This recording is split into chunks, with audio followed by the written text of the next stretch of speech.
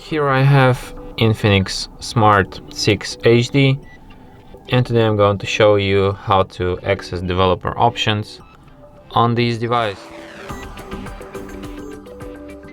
So firstly you have to open settings, then go to the My Phone section, find the line build number here and tap on it with your finger several times until you get the message you are now a developer.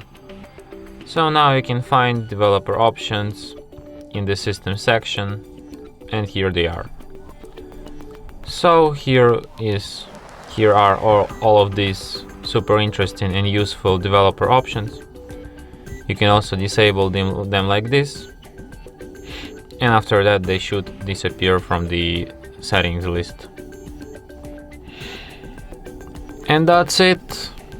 Thanks for watching.